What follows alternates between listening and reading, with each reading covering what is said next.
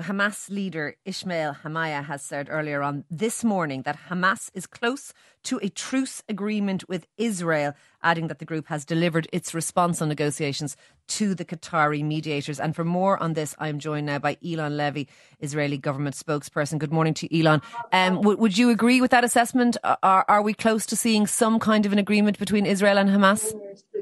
Well, we certainly hope that we're going to be able to bring our hostages home safe and sound back to their families. They've been held for 46 days now, incommunicado, without any access to the Red Cross. We don't know their condition. There are 30 children there who must be absolutely terrified, including, of course, poor little Emily Hand, who will be familiar to your listeners. She's 9 years old. She's been a Hamas hostage for 46 days.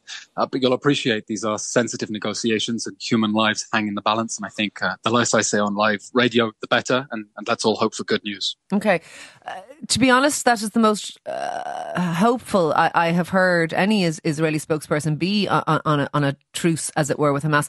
The things that we are hearing, Eylon, we are hearing a ceasefire for 5 days. We are hearing aid being allowed into Gaza. We're hearing a swap of hostages by Hamas for those incarcerated within Israeli prisons who are Palestinian. Do you believe, first of all, that this is likely to happen, but also do you believe that what we're going to see is a swap mainly of women and children from both sides?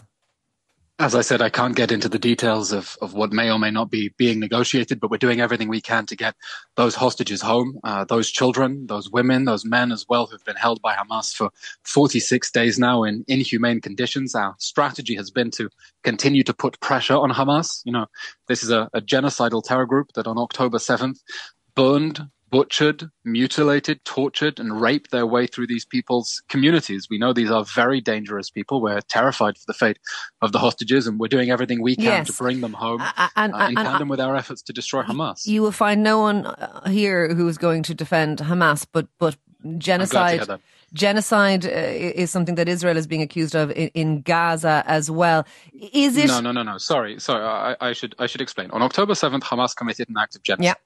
Hamas systematically exterminated entire villages. They went hunting to kill as many people as possible, Eylon, as sadistically as possible. It was and they're promising to do it again. An abhorrent and brutal attack, 1,200 people dead. I fully agree with you, but there are 11,000 Palestinians dead as well, and we can't ignore that fact either. I suppose what I'm asking you this morning is what is being suggested is that Israel will have to do two things. One is it will have to stop its ground offensive within Gaza for a period of time, 5 days potentially, and limit its air bombardment of Gaza.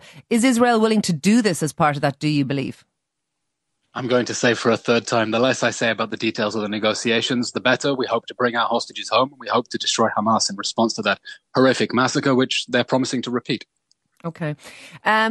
If a temporary ceasefire, if a temporary truce were to occur and were to hold, would that be potentially something that could be, I suppose, worked from to see a beginning of the end of what is happening currently in Gaza between Hamas and Israel?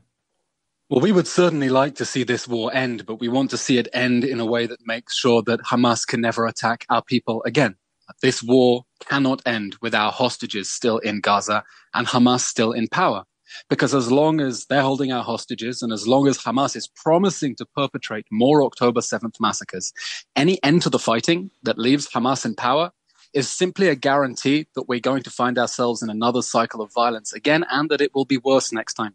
Because Hamas will feel emboldened knowing that people are telling Israel it has no right to defend itself. So the October 7th massacre was the straw that broke the camel's back. It was the deadliest terror attack in world history after 9/11. And this war will end with the total destruction of Hamas. It's unfortunately the only way this can end. Among the Israeli people, do you believe that there would be support for a ceasefire, for a truce, even a temporary truce at the moment? There has been huge numbers of protests about the hostages, about getting the hostages home. And there has been a lot of criticism of the Netanyahu government, who you're a spokesperson for, around how this has been handled.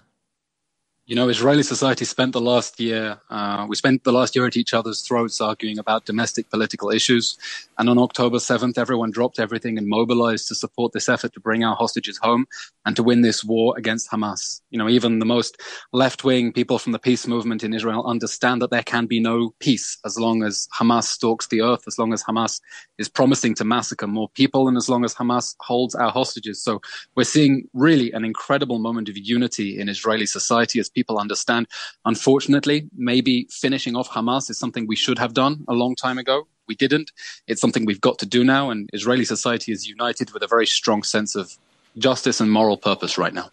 Eylon, thank you very much for speaking to us. That is Eylon Levy, Israeli government spokesperson.